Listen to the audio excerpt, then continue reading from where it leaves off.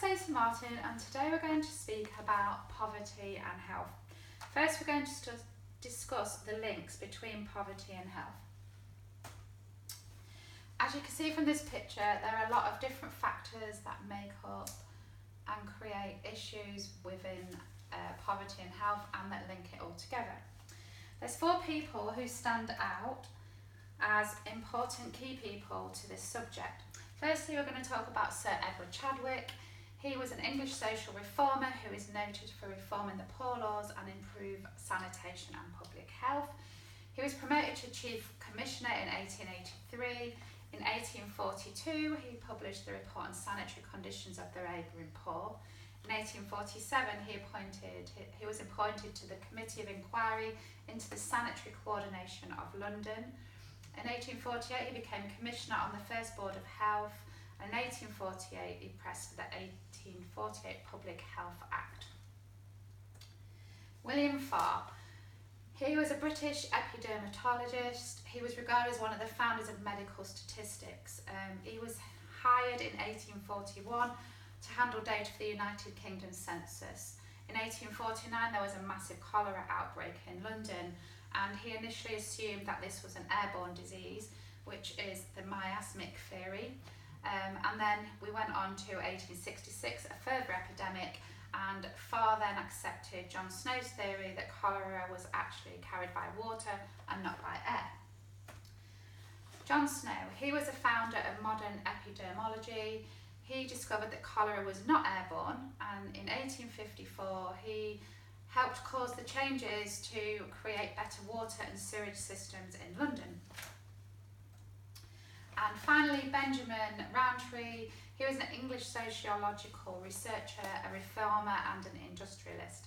He conducted 3 York studies into poverty in 1899, 1935 and 1951. His results of first study were published in 1901, and through the systematic studies that he composed a poverty line, which was a borderline where you could discuss and look at if people fell below that breadline, which would then mean that they were really poor as they were below the poverty line. So first, now we're going to discuss what is poverty. So as you can see from this quote, the World Bank Organisation describes poverty in this way. It's hunger, a lack of shelter, being sick and not being able to see a doctor. Poverty is not having access to school and not knowing how to read, having a job, fearing for the future and living one day at a time. Poverty has many faces, changing from place to place and across time. It's been described in many ways. Most often, poverty is a situation people want to escape. It is a call to action, a call to change the world so that many more have enough to eat, adequate shelter, access to education and health, protection from violence and a voice in what happens in their communities. Some factors on poverty. 1 in 5 people in the UK are in poverty. They're rooted into political, social and economic injustices. Factors of this are where we live, food we buy and money available. They all contribute to a lack of basic resources to meet minimum needs, and poverty is a consequence and a link to poor health. If we look at some of these reasons for poverty, it could be overcrowded living, which could result in disease, germs and viruses spreading. It could be a lack of education, which will then affect access to further opportunities, better paid jobs. This could then result in a feeling of helplessness and depression, and it would mean that those people would stay below the breadline. A lack of education or access to services could result in the poor not being vaccinated, and therefore disease could become rife and spread. Unemployed or low wage earners or people with unstable jobs, they also could have limited or no access to basic provisions or facilities. This could include healthcare. Discrimination of the poor could lead to segregation from society. This would link to health because it would then result in mental or physical health issues. Poor sanitation in poorer areas could create disease to spread, which was the case in the cholera epidemic in London. And the poor and vulnerable could make wrong choices which would affect their health and well-being, such as buying junk food rather than healthy food, alcohol, drugs, cigarettes, all in all just to make them forget the area that they live in and just make themselves feel better about life. So we'll go on to now break this down into two explanations of poverty, which is absolute and relative poverty. Absolute poverty is where the household income is low and below a certain level. It makes it impossible to meet the basic needs of life. For example, food, shelter, safe water, education and healthcare. Even if a country is growing economically, it doesn't mean that this would affect the people below the breadline. It doesn't affect it at all. India is a really big example of this. So this has an effect on survival and of physical and of social well-being. Relative poverty, on the other hand, is where the households receive 50% less than the average income. So they have more money, but not enough to afford things above the basic needs, so not those luxuries where the rich could afford luxuries. It is, although, a changeable concept depending on economic growth. So as economy grows, so does the relative poverty. This is measured by looking at the inequality of income. So they take the top 5 to 10% high income earners against the 5 to 10% low income earners. Now we'll talk about social distributions of health chances, in particular micro and macro.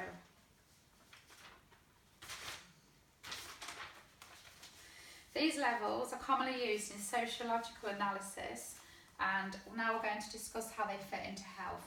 So micro level refers to social situations, i.e. patients to doctors or other health professionals. It's a study of site interaction between the patients and professionals, and it's there to analyse meanings generated by the two above things. This could be, for example, within a care home, a surgery or a hospital world, and this information has significant health outcomes for the patients. And the two theories associated with this level are symbolic interactionism and social psychology. Macro is beyond the waiting rooms. It's a larger perspective, so it's beyond surgeries, beyond care homes, or the hospital wards.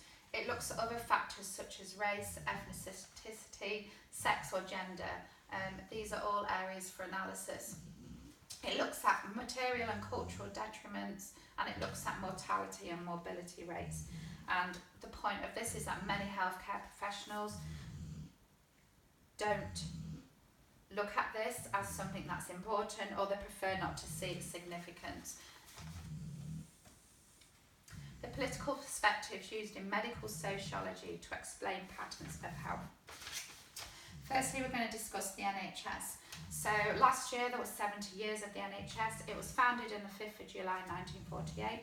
It was born out of an ideal that healthcare be available to all regardless of their wealth. It was launched by Aneurin Bevan, and he had to win the doctors over by giving them a generous pay so that they would then be compensated for the fact that their patients no longer paid them, that they were entitled to a free healthcare. He resigned in 1951 after the Chancellor of the Exchequer brought in prescription charges, which was 1 shilling for prescriptions and £1 for all dental charges. The NHS has become a revered and enduring national institution. The Black Report. This was issued in 1980 under the Conservative government, but it had been commissioned in 1977 under a Labour government. It was written by Sir Douglas Black. This was a report that questioned how health is socially distributed. It suggested that inequalities have widened rather than diminished since the NHS was founded in 1948.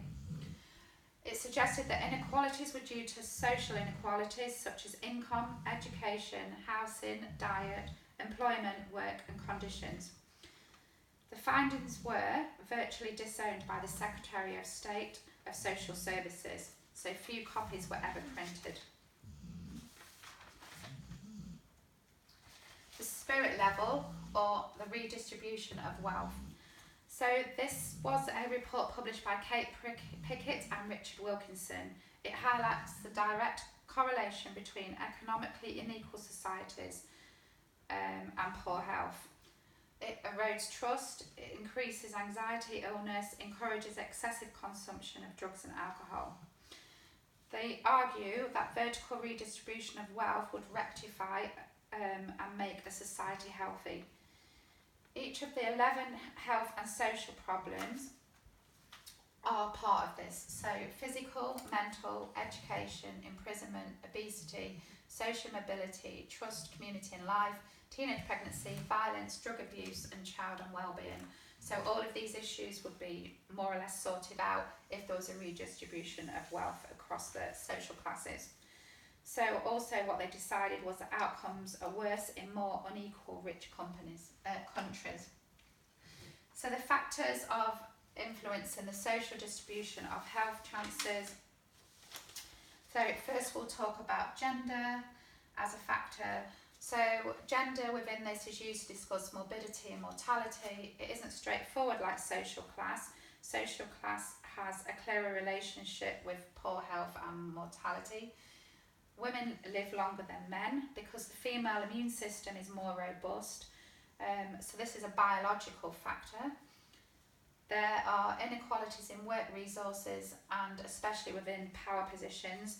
So women really, we could have a better equality by women being in higher political and economic responsibility roles.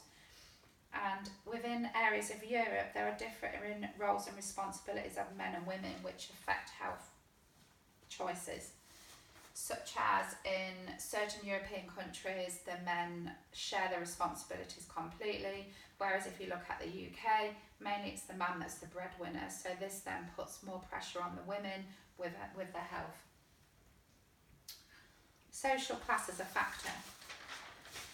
There's a correlation between higher professionals and lower unskilled workers within social class, especially where the background of the husband's occupation, if they've got a better job, the women have got a less chance of dying young. Factors within this, as you can see from this slide, such as education, living and working conditions and access to health services, all are part of social class as a factor within health.